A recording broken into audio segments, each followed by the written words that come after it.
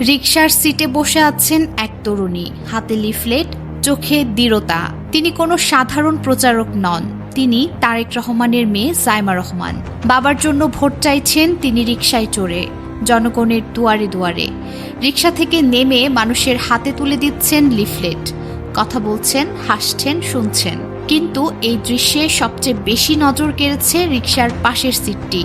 ওখানে বসেছিলেন না কোনো আত্মীয়, না কোনো রাজনৈতিক নেতা, বসেছিলেন ফাতেমা, একজন গৃহকর্মী, যিনি একসময় বেগম খালেদা জিয়ার ঘরের মানুষ ছিলেন, যিনি সুখে দুঃখে সেই পরিবার ছেড়ে যাননি।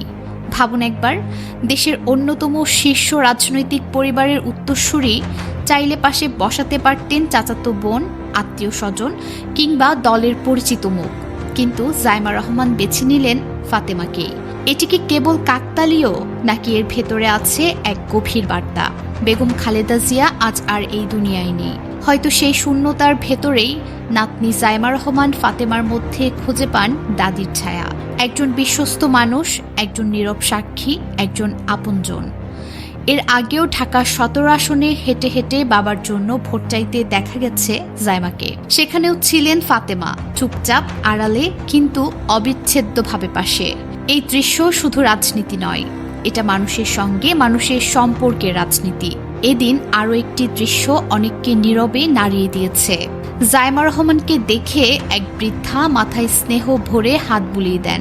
কোনো ক্যামেরার ভঙ্গি নয়, কোনো অভিনয় নয়, শুধু নিখাত মানবিকতা। এদিকে সামাজিক মাধ্যমে অনেকেই প্রশ্ন তুলেছিল, ভোটের মাঠে কোকোর স্ত্রী শর্মিলাকে দেখা যাচ্ছে না, পরিবারে কি কোনো বিরোধ? এই প্রশ্নের জবাব দিতে কাউকে বিবৃতি দিতে হয়নি, জবাব এসেছে রাজপথে। তারেক রহমানের ছোট ভাইয়ের স্ত্রী শর্মিলা রহমান সিথি নিজেই নেমেছেন জনগণের দুয়ারে, ভোট চেয়েছেন সরাসরি মানুষের কাছে গিয়ে। এর আগে জোবাইদা রহমানও মাঠে নেমে তারেক রহমানের পক্ষে ভোট চেয়েছেন। বস্তির সাধারণ মানুষের সঙ্গে এমনভাবে মিশেছেন, দেখে মনে হয়েছে তিনি তাদেরই একজন। হারিয়ে যাওয়া ভোট উৎসবের ফিরে আসা এই দৃশ্যগুলো একসঙ্গে দাঁড়িয়ে যায় একটি বড় ছবিতে। রিকশায় ভোট চাওয়া, হেঁটে হেঁটে প্রচারণা, পরিবারের নারীদের রাজপথে উপস্থিতি, মানুষের সঙ্গে সরাসরি সংযোগ, এটাই ছিল বাংলাদেশের ভোট উৎসব। কিন্তু এই দৃশ্য থেকে দেশবাসীকে 17 বছর বঞ্চিত রাখা হয়েছিল। ভোট ছিল কিন্তু উৎসব ছিল না, প্রচারণা ছিল কিন্তু প্রাণ ছিল না। আজ সেই প্রাণ, সেই স্পর্শ, সেই আবেগ আবার ফিরছে। রিকশার এক পাশে জাইমা রহমান, আরেক পাশে ফাতেমা।